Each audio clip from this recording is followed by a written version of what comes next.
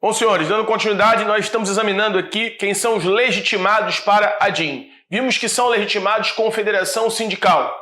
Confederação sindical, a gente viu que é aquela confederação formada por, no mínimo, 3 federações, de acordo com o artigo 535 da CLT.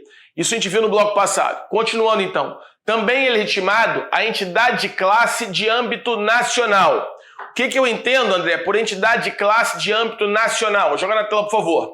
Para ser considerada, sublinha, entidade de classe de âmbito nacional, é necessário que envolva a classe ou categoria profissional com homogeneidade e indicar qual é a profissão.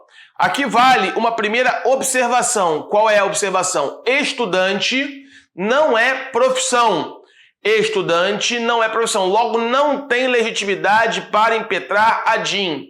Então, por exemplo, a União Nacional dos Estudantes, não tem legitimidade. Por quê? Porque, como está na tela, estudante não é profissão. Segunda observação na tela.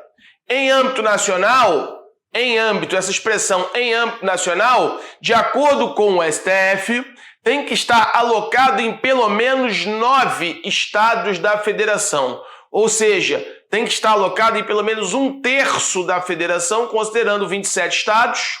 9 é 1/3 para ser considerado pelo STF de âmbito nacional. Então, essa entidade de classe, ela tem que estar presente dos 27 estados em pelo menos 9.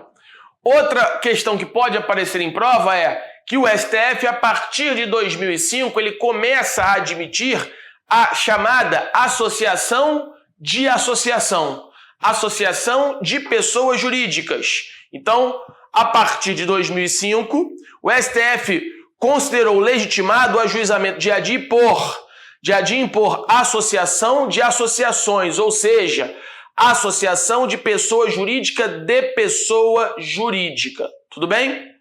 E a partir de 2016, outra observação que pode aparecer em prova, outra observação aqui, o STF passou a afirmar que não há legitimidade ativa de entidade que representa apenas uma fração ou parcela da categoria, quando o ato por ela impugnado for causar impacto a toda uma categoria. Exemplo, Associação Nacional dos Magistrados Estaduais, ANAMAGES, um bom exemplo para cair em prova, ANAMAGES, Associação Nacional dos Magistrados Estaduais, é uma associação de âmbito nacional, mas só que ela representa os interesses de uma fração daquela categoria, que são hoje magistrados, somente dos magistrados estaduais. Então imagine que a ANAMAGES vai impugnar uma lei que, se for declarada inconstitucional, tem a repercussão para todos os magistrados, para os magistrados do trabalho, para os magistrados federais. Então o STF entendeu em 2016 que ela não teria legitimidade quando o seu pleito, a manifestação, o ataque àquela DIN, caso julgado procedente, vá afetar a toda a categoria, porque a ANAMAGES não representa toda a categoria dos magistrados do Brasil, somente representa os magistrados estaduais. Então, para esta, a DIN entendeu o Supremo que não teria legitimidade, porque ela representa uma fração da categoria. Joga na tela. Como exemplo, podemos citar o caso da Associação Nacional dos Magistrados Estaduais, ANAMAGES, em que foram ajuizadas a DINs e a DPFs contra uma lei, em que o Supremo alegou que não haveria legitimidade por refletir impacto em todos os magistrados do Brasil, magistrados do trabalho, por exemplo, magistrados federais. E, senhores, a ANAMAGES não os representaria. A ANAMAGES somente representaria uma fração, que seriam os magistrados estaduais. De modo que, a partir de 2016, o Supremo trouxe essa jurisprudência, não admitindo essa legitimidade. Tudo bem? Então fique atento para isso. Bom, vamos agora começar a falar do procedimento e da decisão. Processo constitucional da própria ADIM. Como é que ele se dá? Primeiramente, onde é na tela sua fonte normativa? Ele está descrito, senhores, na Lei 9868 de 99. Então, peço para que você abra a lei. Ora, nós já vimos quais são os legitimados, o do artigo 103. E uma primeira pergunta que poderia surgir em prova é acerca da capacidade postulatória. Se está lá numa prova oral para delegado, ele pergunta, candidato, na ADIM, há necessidade de capacidade postulatória? Em outras palavras, há necessidade da presença de advogado? Senhores, a regra aqui, a regra é de que não há necessidade de capacidade postulatória. Ora, o presidente da República, se ele for, nós vimos que ele é legitimado do 103. Se ele for ajuizar uma ADIM, ele é legitimado universal e, além disso, ele não precisa de advogado. Pode ser que ele até seja advogado. O Michel Temer, quando presidente, era bacharel em Direito. Não tenho certeza se era advogado, né? Se era licenciado, se tinha licença para exercer a profissão de advogado.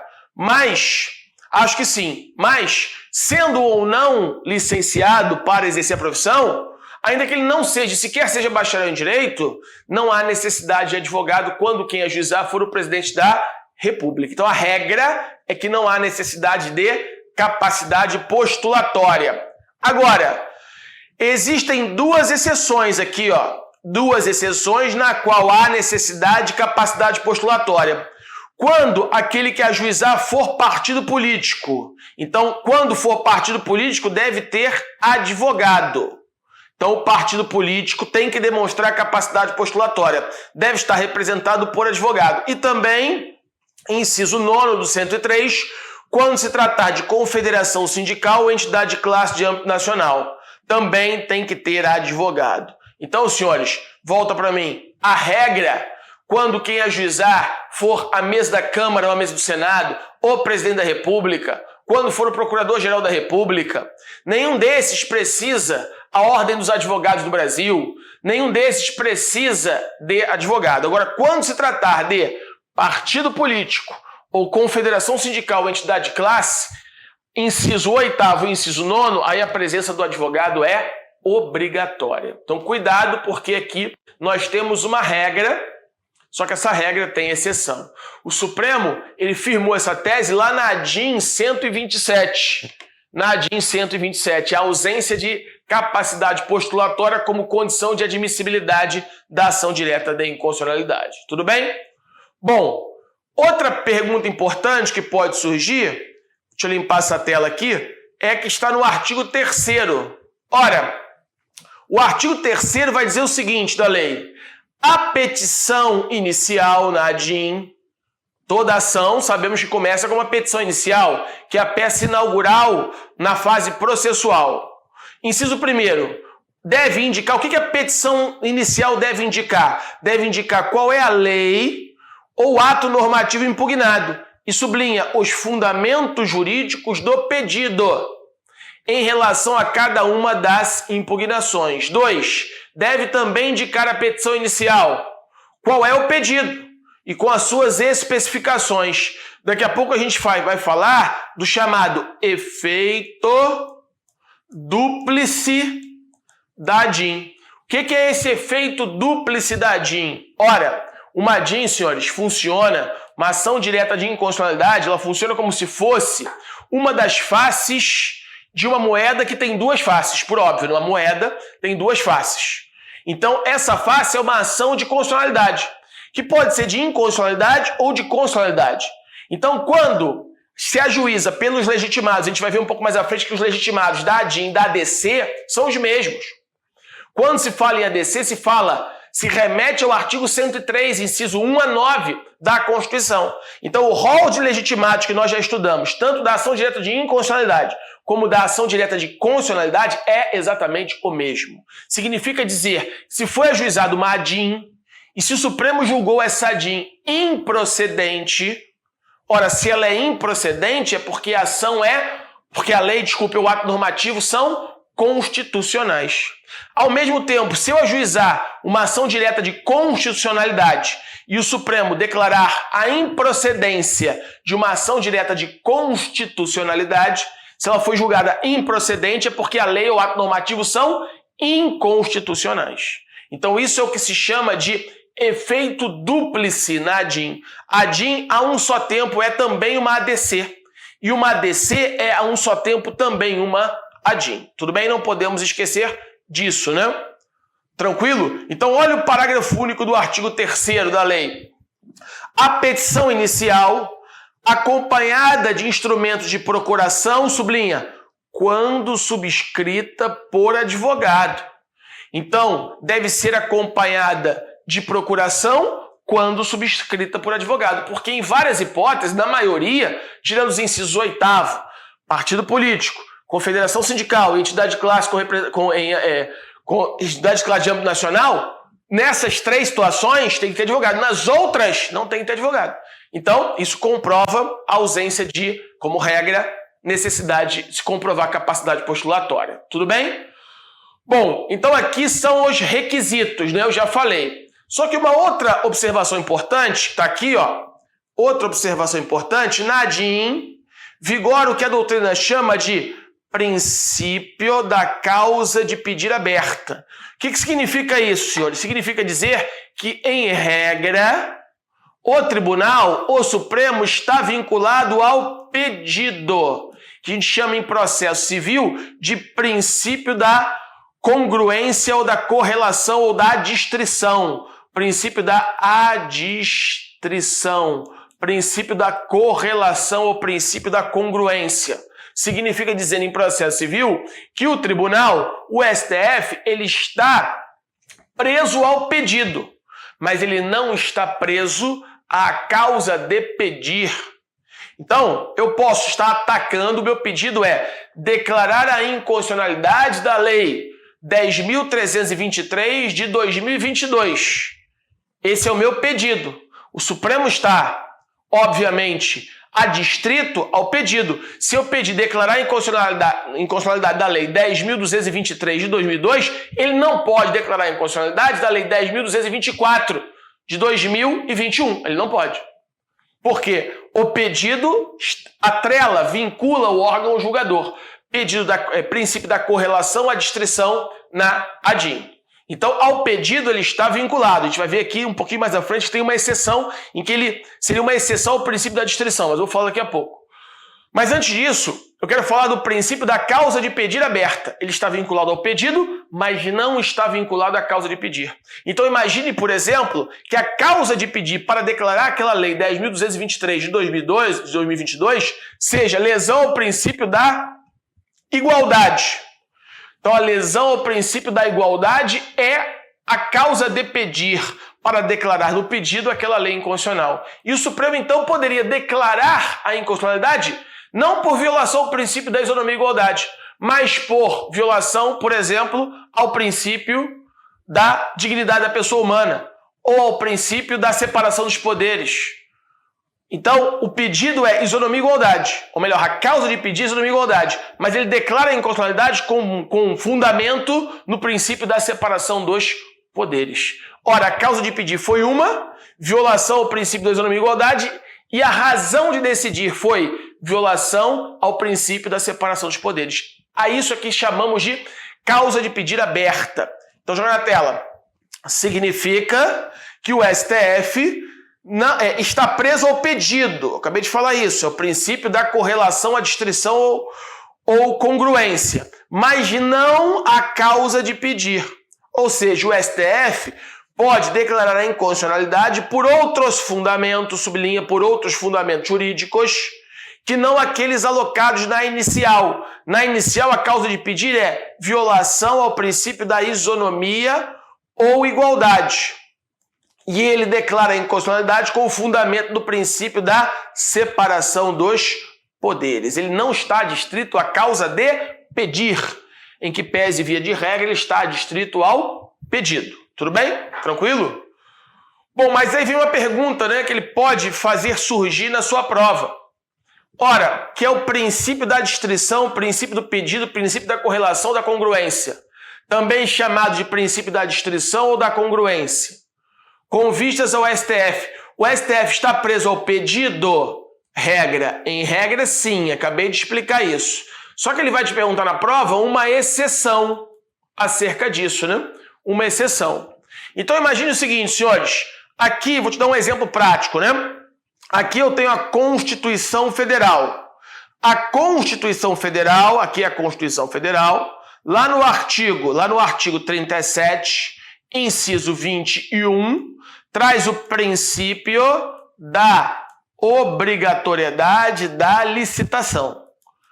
Princípio da obrigatoriedade da licitação. Muito bem. Aí vem aqui uma lei, ó, a lei 8666 de 93, ou então a lei 10.520 de 2000. Essa lei aqui é a lei do pregão. Lei do pregão, modalidade de licitação. Vamos imaginar que eu tenha, eu tenho também o decreto 3555 de 2000. Esse decreto regulamenta a lei do pregão e a Constituição regulamenta a Constituição. Vamos imaginar que foi ajuizado uma DIN de número, vou chutar um número aqui, tá? De número 10.000. Óbvio que o número não é esse, mas vamos imaginar, eu estou inventando essa DIN, inclusive. E essa DIN vem a atacar esta lei, dizendo que esta lei é inconstitucional. Então, a lei do pregão, uma DIN ataca a lei do pregão, dizendo que ela viola a Constituição. O parâmetro é a Constituição e o objeto de controle é a lei 10.520 de 2002. Muito bem. Ora, vamos imaginar que nessa DIN, o STF vai ficar... Qual é o pedido na DIN? Para declarar, para expurgar do ordenamento jurídico a lei 10.520. Esse é o pedido. O pedido é para retirar com efeito, a gente vai ver um pouco mais à frente, retroativo, a lei 10.520 do ordenamento jurídico. Esse é o pedido. E esse pedido é julgado procedente. Porque, em tese, a lei 10.520 violou a Constituição. Então, o que vai acontecer com a lei 10.520? 10.520 ela vai ser expurgada do ordenamento jurídico. Ela deixa de existir no ordenamento jurídico. Com efeito, a gente vai ver em regra, pode ser modulado, é óbvio, vou ver daqui a pouco, mas em regra com efeito retroativo, com efeito ex tunc, com efeito ab ovo. Ab ovo é desde a sua origem, ok? Muito bem. Só que note que o decreto 3555 de 2000, que regulamentava a lei, também vai ser expurgado do ordenamento jurídico. Isso é o que a gente chama, em controle de constitucionalidade, de inconstitucionalidade por arrastamento. Então, joga na tela. Aqui eu tenho um exemplo de inconstitucionalidade por arrastamento. Inconstitucionalidade por arrastamento. Note, por que inconstitucionalidade por arrastamento? O objeto da DIN era a lei. O pedido requeria que o Supremo declarasse com efeito ab ovo a inconstitucionalidade da lei. O pedido nada falava sobre o decreto, ato administrativo e normativo que regulamentava a lei. Só que quando o Supremo declara a lei inconstitucional, que é o pedido, e o Supremo está adstrito ao pedido, ele arrasta também o decreto que estava regulamentando aquela lei. Isso é o que a gente chama de inconstitucionalidade por arrastamento. Isso é uma exceção ao princípio da adstrição congruência. Porque, via de regra, o STF está preso ao pedido. Sim, está preso ao pedido. Mas, aqui na inconstitucionalidade por arrastamento, eu tenho uma exceção a essa vinculação do tribunal àquilo que foi pedido. Então, senhores, no que tange ao julgamento, nós temos a causa de pedir aberta, nós temos o princípio da adstrição congruência, correlação ou princípio do pedido, que é excepcionalizado pela inconstitucionalidade por arrastamento. Tudo bem? Tranquilo? Isso pode ser uma questão de prova oral no seu concurso para delegado, ok? Então, olha aqui, ó.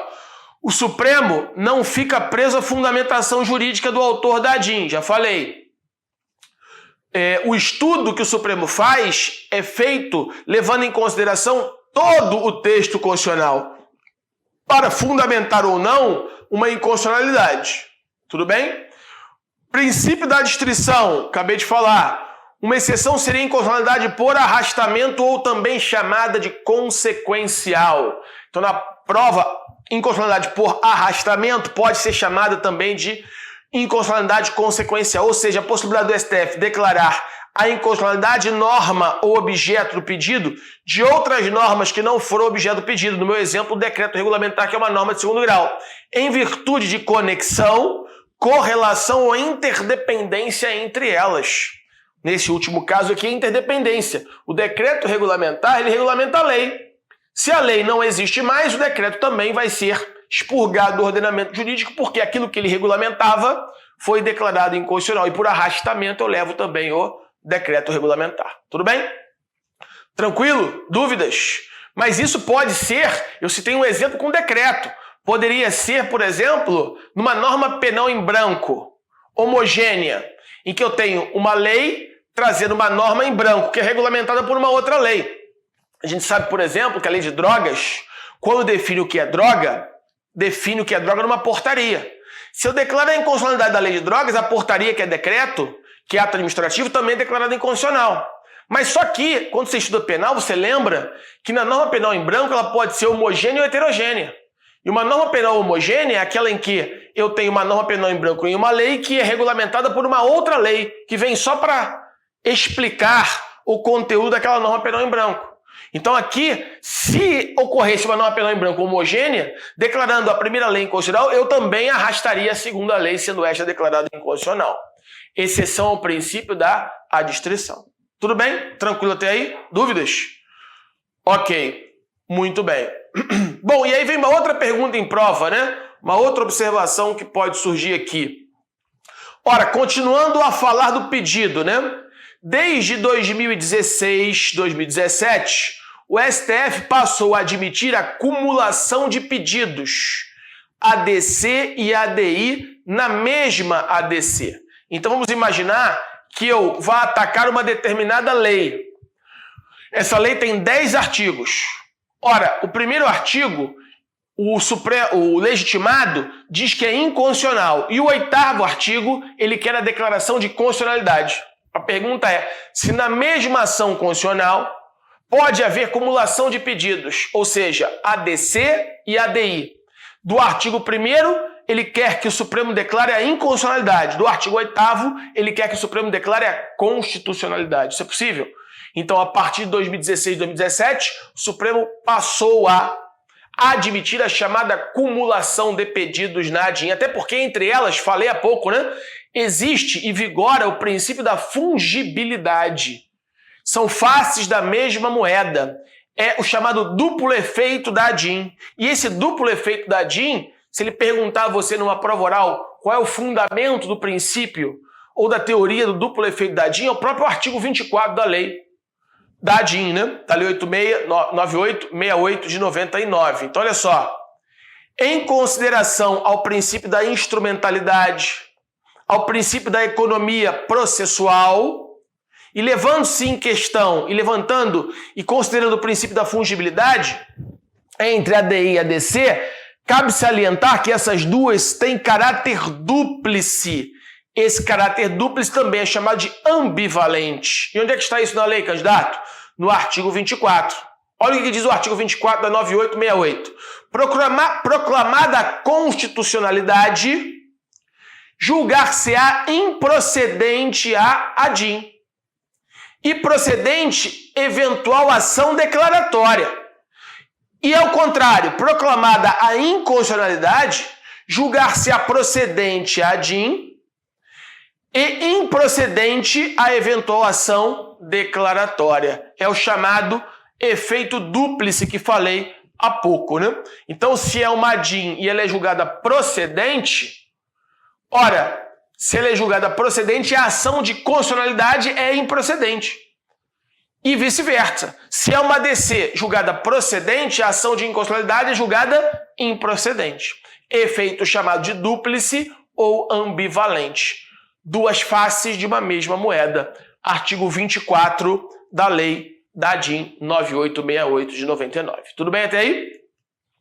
Bom, quando o titular da ação, quando o legitimado da ação direta de inconstitucionalidade, os do 103 que nós já estudamos, quando eles deduzem a pretensão em juízo, que pretensão é essa? Vai se dizer, e eu já falei isso em blocos passados, que aqui o processo seria um processo objetivo, não teriam partes na concepção carnelutiana de partes.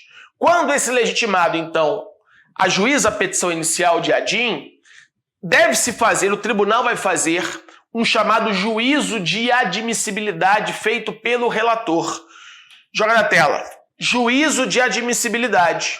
Uma vez ajuizada a ADIM no STF, por um legitimado previsto no 103, teremos um relator, acabei de falar, que irá fazer um juízo de admissibilidade.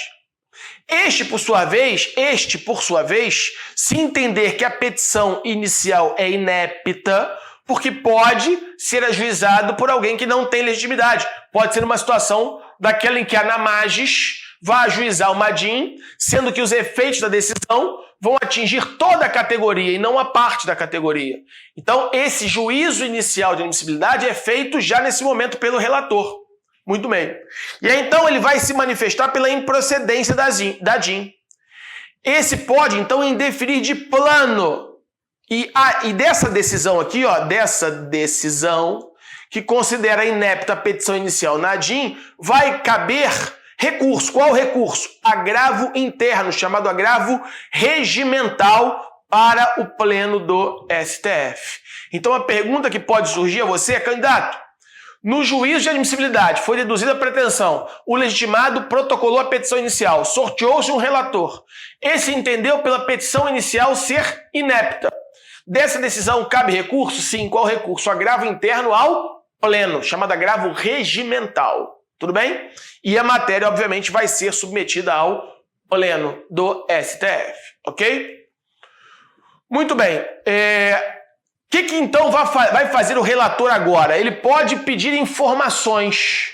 E aí foi admitida. A outra situação é admitiu-se a petição inicial. O que vai fazer agora o relator? Ele pode pedir informações. Então, joga na tela. Uma vez admitida a ADIM, o próximo passo é a prestação, sublinha, é a prestação de informações sobre a lei que está sendo questionada. Então, no meu exemplo, qual é a lei que está sendo questionada? O exemplo que eu dei foi a lei de licitações, né? Então, vai se pedir informações sobre a lei de licitações. Em que prazo? O artigo 6º da lei fala isso. Em um prazo de 30 dias. O relator pedirá informações aos órgãos ou entidades das quais emanou a lei. Então, a lei emanou de onde? Do Senado Federal e do Congresso Nacional. Do Senado Federal, Câmara dos Deputados, do Congresso Nacional? Vai pedir informações ao Congresso Nacional. E essas informações serão prestadas no prazo de 30 dias. Tudo bem?